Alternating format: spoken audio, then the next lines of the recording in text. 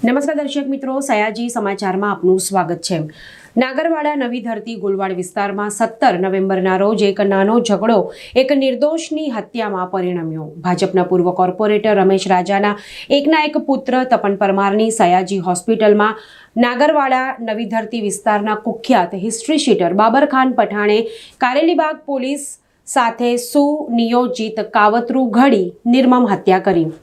બાબરખાન પઠાણ સહિત હત્યામાં સંડોવાયેલા તમામ આરોપીઓ હાલ તો સેન્ટ્રલ જેલમાં છે। આજે તપન પરમારની હત્યાની ઘટનાને 12 દિવસ વીતી ચૂક્યા છે। આજે મૃતક તપન પરમારના હતભાગી પિતા રમેશ પરમાર ઉર્ફે રમેશ રાજાએ પત્રકાર પરિષદ સંબોધી, જેમાં તેમણે જે દિવસે આ ઘટના બની તે ઘટનાનો આખો ક્રમ વિગતવાર વર્ણવ્યો। હત્યા બાદ શહેર ભાજપના અધ્યક્ષ ડોક્ટર વિજય શાહ અને શહેર સંગઠનની ટીમ દ્વારા જે તમામ મદદ કરવામાં આવી, સાથે મુખ્ય દંડક અને ધારાસભ્ય બાળુ શુક્લ, સાંસદ ડોક્ટર હેમાંગ જોશી તેમજ વિસ્તારના કાઉન્સિલરો અને સંગઠનની ટીમનું જે પીઠબળ મળ્યું, જે સહાય આપવામાં આવી, તે તમામ બાબતે આભાર તેમણે વ્યક્ત કર્યો અને ફરીથી આવી ઘટના ન બને, કોઈ નિર્દોષ પોતાનો જીવ ન ગુમાવે તે માટે આ કેસને ફાસ્ટ ટ્રેક કોર્ટમાં ચલાવવામાં આવે, આરોપીઓને કડકમાં કડક સજા થાય તેમજ તપનની હત્યા મામલે ન્યાય મળે તેવી માંગ કરી હતી અને કહ્યું હતું કે હજુ પણ જો કોઈ આરોપીઓ પકડવાના બાકી હોય તો તેમને વહેલામાં વહેલી તકે પકડવામાં આવે। તપાસ દરમિયાન જો કોઈ સાક્ષી, પુરાવા કે નિવેદનોની જરૂર હશે તો અમે આપવા તૈયાર છીએ। અંતમાં રમેશ પરમાર ભાંગી પડ્યા અને ચોધાર આંસુએ રડ્યા। રડતા રડતા બસ એક જ ન્યાયની માંગ કરતા તેઓ નજરે પડ્યા।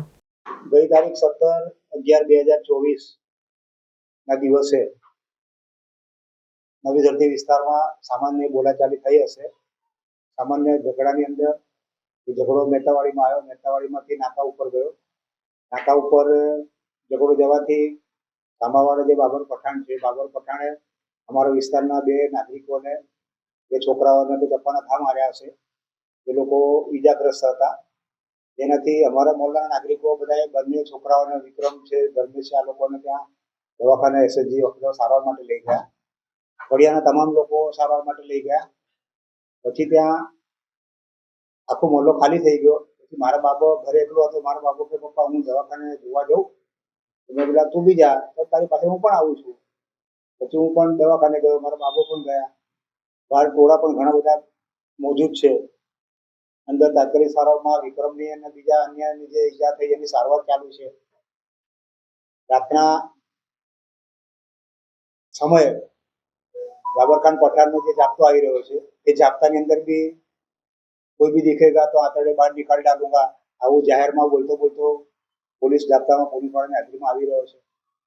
હવે આપણને ખ્યાલ નહીં, હું અંદર સારવાર ચાલુ હતી એટલે સારવાર સારી ચાલી હતી ભાઈ। મેં એવું કહ્યું કે આપણા છોકરાઓને, આપણા છોકરાઓ ચિંતાની બહાર છે, કોઈ ખતરામાં નથી, આપણા છોકરાઓને તો બહુ વાગ્યું નથી અને સવારે રજા આપી દેશે।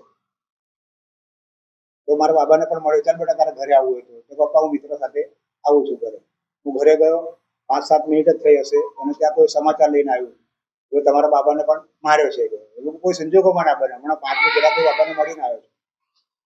હું ત્યાં ગયો તો ઓન ધ સ્પોટ મારો બાબો તો સારવાર કરવાને પણ લાયક નહોતો રહ્યો। આ સામાવાળાએ જે રીતે મારું તો આખું કાળજું મારું તો કાપેને પેલું લોહી ના નીકળે એવું થઈ ગયું। પછી મેં તરત એ જ વખતે અમારા શહેર ભાજપના પ્રમુખ વિજયભાઈ શાહને પહેલો ફોન કર્યો, પછી આપણા લાગતા વળગતાને ફોન કર્યો, સંગઠન વાળાને ફોન કર્યો। બધા રાત્રે લગભગ વહેલી સવાર 2:30 વાગી ગયા, 3 વાગી ગયા।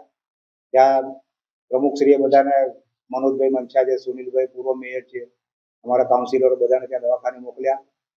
સારવાર ચાલુ થઈ પછી અમે પાછા બધા તાત્કાલિક ત્યાંથી વહેલી સવારે બધા કારેલીબાગ પોલીસ સ્ટેશન પર ગયા। કારેલીબાગ પોલીસ સ્ટેશન ગયા પછી ત્યાં 1.5 દિવસ સુધી અમારા મોહલ્લાના તમામ નાગરિકો, ભાઈઓ, બહેનો, માતાઓ, દીકરીઓ વડોદરા શહેર ભાજપ પ્રમુખ ડોક્ટર વિજય શાહની આગેવાની હેઠળ ત્યાં ધરણા પર બેઠા। જ્યાં સુધી અમારા છોકરાને ન્યાય નહીં મળે અને જ્યાં સુધી સામાવાળા ઉપર કોઈ પગલાં કાર્યવાહી કરવામાં નહીં આવે ત્યાં સુધી હું મારા નિર્દોષ પુત્ર તપનની હું ડેડ બોડી પણ ઘરે લાવવાનો નથી।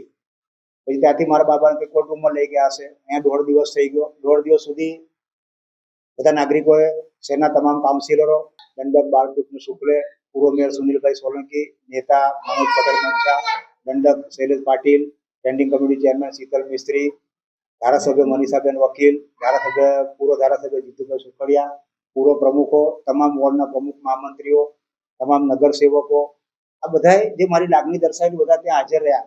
આજે મારા છોકરાને હત્યા થઈ, આજે 12મો દિવસ છે. મારો છોકરો કુંવાર હતો, 2 મહિના પછી એને મેરેજ કરવાના હતા. આ મકાન જે મારું હતું એ પેલા લાકડા પીડિયાનું જૂનું મકાન હતું, પડું થઈ રહ્યું હતું. અને એ મકાનની 2-3 મહિના પહેલા જ મેં કામગીરી ચાલુ કરી. આ કામગીરી ચાલુ ના કરી હોત તો અમે ચારેય મા દીકરા આ મકાન અંદર દબાઈ ગયા હોત, અમારા બધાનું મરણ થઈ ગયું હોત. તો એ મેં તાત્કાલિક આ મકાન ચાલુ કર્યું બાંધકામ. કોર્પોરેશનની નોટિસ આવતા પહેલા મેં મારું મકાન બાંધકામ ચાલુ કર્યું અને બાબાને લગ્ન કરવાના હતા. અને સૌથી દુઃખદ ઘટના એવી છે કે મારો બર્થડે 20/11/65 ના દિવસે, 20/11 મારો બર્થડે અને 20/11 મારા પુત્ર તપનની મારા અસ્થિ લઈને મારું વિસર્જન કરવા જવાનું. આ કેટલી દુઃખદ ઘટના કહેવાય. આવો બનાવ ફરી ના બને અને બાબર નામના જે આ ગુંડા તત્વો છે એ તત્વોને કડકમાં કડક સજા મળવી જોઈએ. ફાસ્ટ ટ્રેક કોર્ટમાં કેસ ચાલવા જોઈએ. એની સાથે જે મદદગારીમાં છે કે જે પણ એના ભાઈઓ હોય, બહેનો હોય, પત્ની હોય, એના કુટુંબના સભ્યો હોય અને એના પણ હજુ પણ કોઈ પકડવાના બાકી હોય તો એ લોકોને પણ એરેસ્ટ કરીને અમારા બાબાને, અમારા પુત્રને ન્યાય મળે એવી હું આ મીડિયાના મિત્રો સમક્ષ વિનંતી કરું છું. અને આ મીડિયાના મિત્રો, પત્રકાર મિત્રો, સોશિયલ મીડિયાના મિત્રો, પ્રેસ ન્યૂઝના મીડિયાના મિત્રોએ જે કંઈ મને સાથ અને સહકાર આપ્યો છે એ તમામનો મારા હૃદયપૂર્વક આભાર માનું છું. મારે તો બોલતા બધી જીભ અચકાયા કરે છે. મારો છોકરો જતો રહ્યો છે, મારો એકનો એક છોકરો, મારા છોકરાને કોઈ લાવી નહીં શકવાનું. મારો છોકરો શહીદ થઈ ગયો છે અને મારો આવા છોકરા હોત તો હું બધા છોકરાઓ મારા બલિદાન કરી દે, મારા છોકરાઓ શહીદ કરી દે.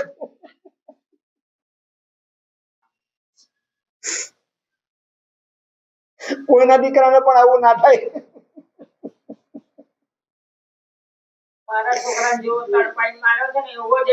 મારો છોકરો એને કોઈ ગુનામાં હોય, મારા છોકરાએ કોઈની કઈ નાચ લીધેલી હોય, મારા છોકરો કઈ ગાળ બોલ્યો હોય, એનો કોઈ ઝઘડો હોય, કશું કોઈ કારણે ફક્ત મારા છોકરો પપ્પા મને દવાખાને જોવા જાઉં છું. અને સૌથી મોટી મહત્વની ઘટના ઇતિહાસમાં તમારા લોકોના જન્મથી કે અત્યાર સુધી તાત્કાલિક સારવાર દૂરથી લોકો, અલગ અલગ રાજ્યોમાંથી લોકો અહીં આવતા હોય, લોકો સારવાર કરવા માટે આવતા હોય, લોકો સારા થઈને જતા હોય. અને આપણે વડોદરા શહેર સંસ્કારી નગરી, સયાજી નગરી, સુવર્ણ નગરીમાં લોકો એની વાહવા કરે કે વડોદરામાં સારી સારવાર મળે છે. અમદાવાદના લોકો અહીંયા આવે, સુરતના લોકો અહીંયા આવે, બીજા રાજ્યના લોકો, યુપી બિહારના લોકો અહીંયા આવે. એ લોકોના 4-4, 5-5 જણના એ લોકો કુટુંબ પરિવાર આવે. એ બધાનું પણ આપણા એસએસજી હોટલમાં બધાનું જમણવાર પણ બધાનું પૂરું થતું હતું. તો આજે મારો છોકરો તો સારવાર કરવાને પણ લાયક ના રહ્યો.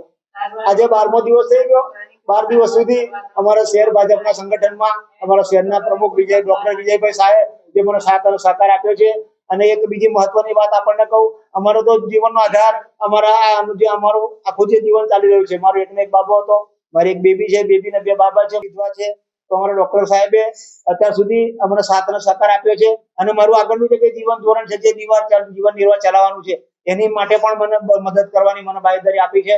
ડોક્ટર વિજયભાઈ સાહેબનો ખૂબ ખૂબ આભાર માનું છું. શહેરની નેતાગીરીનો આભાર માનું છું. ડોક્ટર હેમાંગભાઈ જોશી, ભાડુભાઈ શુક્લ, આપણે પૂર્વ મેયર સુનિલભાઈ સોલંકી, મનોજભાઈ મંચા, અમારા વિસ્તારના કોર્પોરેટરો, અમારા વોર્ડના પ્રમુખશ્રી, મહામંત્રી, અમારી વોર્ડની સમગ્ર ટીમ, અમારી શહેરની સમગ્ર ભારતીય જનતા પાર્ટીની ટીમે, સંગઠનની ટીમે જે સાથ અને સહકાર આપ્યો છે એમનો આભાર માનું છું. અને આવા બનાવ ફરી ના બને એ માટે ફાસ્ટ ટ્રેકમાં કેસ ચાલે, સરકારી વકીલની નિમણૂક કરવામાં આવે અને આગળ જે પણ કોઈ સાક્ષી પુરાવા નિવેદનો જોઈતા હશે એ અમે આપીશું. જય ભારત માતા કી જય, વંદે માતરમ, જય શ્રી રામ.